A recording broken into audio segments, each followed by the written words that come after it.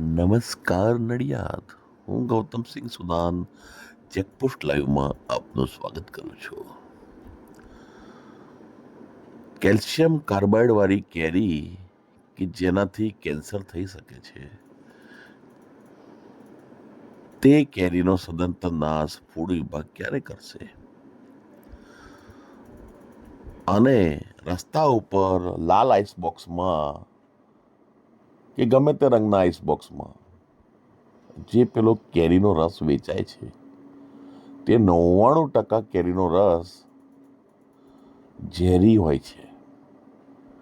શું ફૂડ વિભાગના અધિકારીઓને જાહેર જનતાની શરીરની ચિંતા છે, આરોગ્યની ચિંતા છે કે બિન આરોગ્યપ્રદ કેરીનો રસ વેચાવા દેવો છે? કેમ વેચાવા દેવો છે? એની પાછળ ઘણા બધા કારણો હોઈ શકે. કામ ન કરવાની ઈચ્છા, અથવા તો રોજે રોજ ખિસ્સા ગરમ કરવા માટે કટકી ત્યાંથી આવી જતી હોય તો જ વ્યક્તિ કામ કરે નહીં. બાકી આરોગ્ય વિભાગના અધિકારીઓને ફલાણી હોટલમાં શું ચાલે છે, ફલાણી હોટલમાં મરચાં ખુલ્લા પડ્યા છે, એ બધી જાણકારી મળી જતી હોય, એમને ખબર પડતી હોય, તો આ રસ્તામાં સરેઆમ ખુલ્લેઆમ વેચાતો કેલ્શિયમ કાર્બાઇડવાળી કેરીનો રસ એ દ્રશ્યમાન ન થાય એ બને નહીં. એમને પેલા કટકીના રૂપિયા દ્રશ્યમાન જરૂરથી થતા હશે કે સારું અમને રોકી દઈશું તો આપણી જે કાયમી આવક છે આ 3-4 મહિનાની એ બંધ થઈ જશે. આખા ખેડા જિલ્લાનું તમે ટોટલ મારો તો લાખોમાં જતું હોય છે.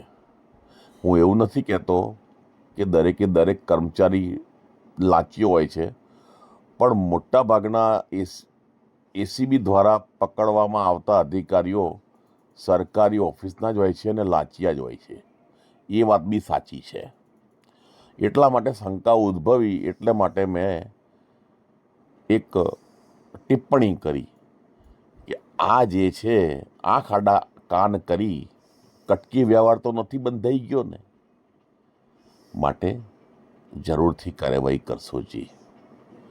જય હિન્દ, જય ભારત. અમારી ચેનલને લાઈક કરો, શેર કરો, સબસ્ક્રાઈબ કરો.